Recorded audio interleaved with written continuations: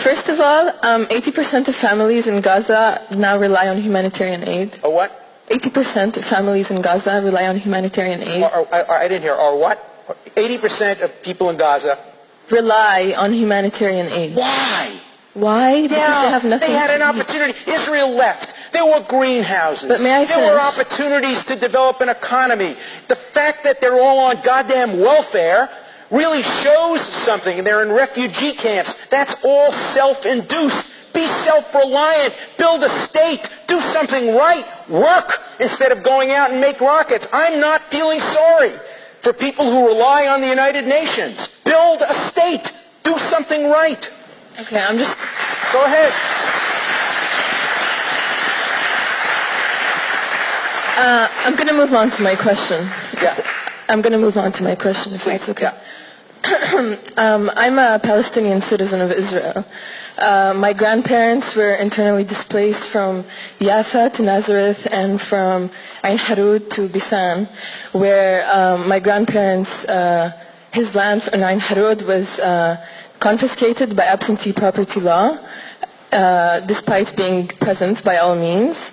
And now there's a kibbutz on his land that produces, I think, the most olives in Israel. Now, I'm not the only one. 24% of Israeli citizens are not Jewish. And now, I cannot marry... Please ask your question. We're running out of time. Yeah, okay. What I'm trying to say is that Israel, by definition, and is not a democratic state. You have the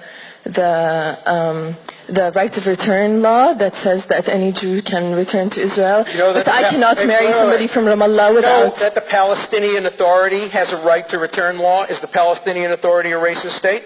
Yeah, but my land is in Jerusalem. No. Well, put that aside.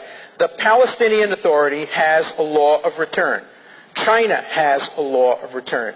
Germany has a law of return. If there's one country in the world that is entitled to have a law of return, it is certainly the one country in the world whose citizens were murdered, 6 million of them, because no state would accept them. Palestinians are today accepted in many parts of the world. Now, the claim about property is a reasonable claim. 800,000 Jews have similar claims in Yemen, in Iraq, in Egypt. Over 1 million Sudeten Germans have claims like that. Pakistanis, Bangladeshians and Indians have claims like that. Cypriots have claims like that. But in every other situation, the refugees have moved on. There is in life a statute of limitations. We're 50 years beyond 1940. We're 60 years beyond 1948. Get over it. Move on. Build yourself a state. Don't live in the past. Don't live in refugee camps. The Jews who survived the Holocaust got over it. They don't walk around with keys to their homes in Poland and in Lithuania and in Yemen. They live in the present and in the future. The time has come for the Palestinians to move on. Look, I'm not saying this, and I don't agree with what I'm going to say, but why don't I say that Jews move on from the Holocaust? They do.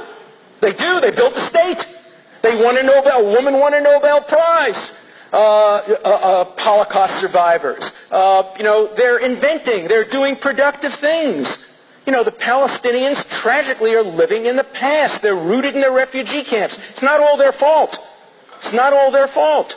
Many of the other Arab states are using the Palestinians as pawns by keeping them in refugee camps instead of integrating them into the population. They're treating them as slaves. Palestinians have grievances, but the grievances are only partly against the Jewish people. And by the way, I didn't hear the Palestinian grievances between 1948 and 1967 when their land was taken away when they were occupied by the Jordanians and when their land was taken away when they were occupied by the Egyptians. They seem to be more concerned about being occupied and their land being taken away. And remember, there wouldn't have been a single refugee if the Palestinians had accepted the 1948 UN resolution. If they had accepted Israel as a state and built their own state, there wouldn't be a single refugee. The refugee problem is the fault of the fact that Arab states all invaded Israel. That's the truth, isn't it?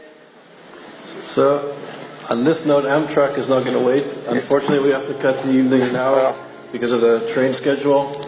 First of all, thank you very much, everybody, Thank for you. coming. Thank you, Professor Bishop.